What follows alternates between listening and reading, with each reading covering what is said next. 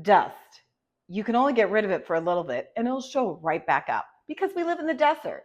And microfiber cloths are a great way to get rid of some of that dust. But how about making a homemade dust repellent? It's very simple. It actually works and it just takes minutes to make.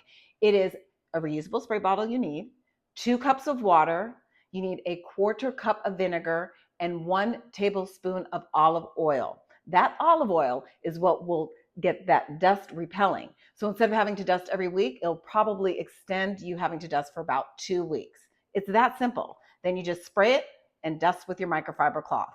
I will have all the details of this recipe along with other ways to save on my blog and also where you can listen to the latest podcast episode of Smart Living. Just head to smartshopperdaphne.com. And don't forget, I'm Daphne Monroe, your Smart Shopper.